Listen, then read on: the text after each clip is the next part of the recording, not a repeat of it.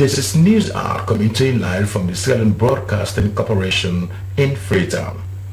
The Chief Executive Officer of the Bread for Hope organization has told journalists that charity is the act of extending love and kindness to others unconditionally.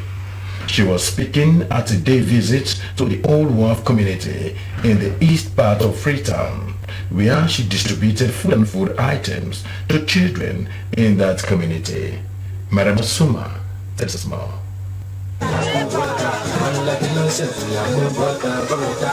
When charity is carried out selflessly, it is a one-way act where a person gives but asks for nothing in return.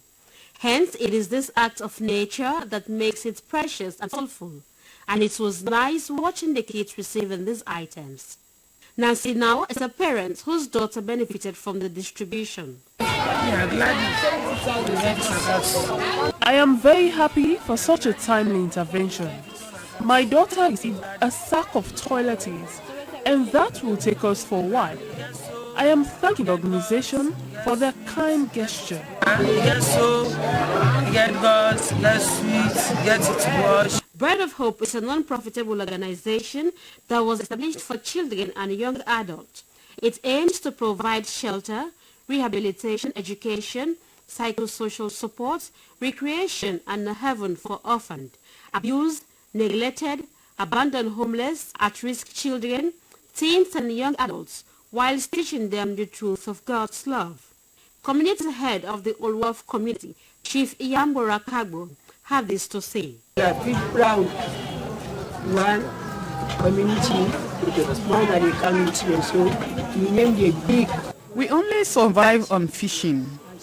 Our men and youth always go out on the sea to fish, and that is how we survive. Some are able to pay school fees for their children. Some can't even afford that. We are appealing for support, especially in the area of children's education. Well, I don't get parents to go to pay for them for school, they help them for go school. So I will go to school again, they help them, they get cycle, so they get small. Chief Executive Officer Bread for Hope Organization, Vivian Eliboye Okojo, said their mission is to connect people in great need of hope, giving them a reason to hang on, knowing that they care for their well-being.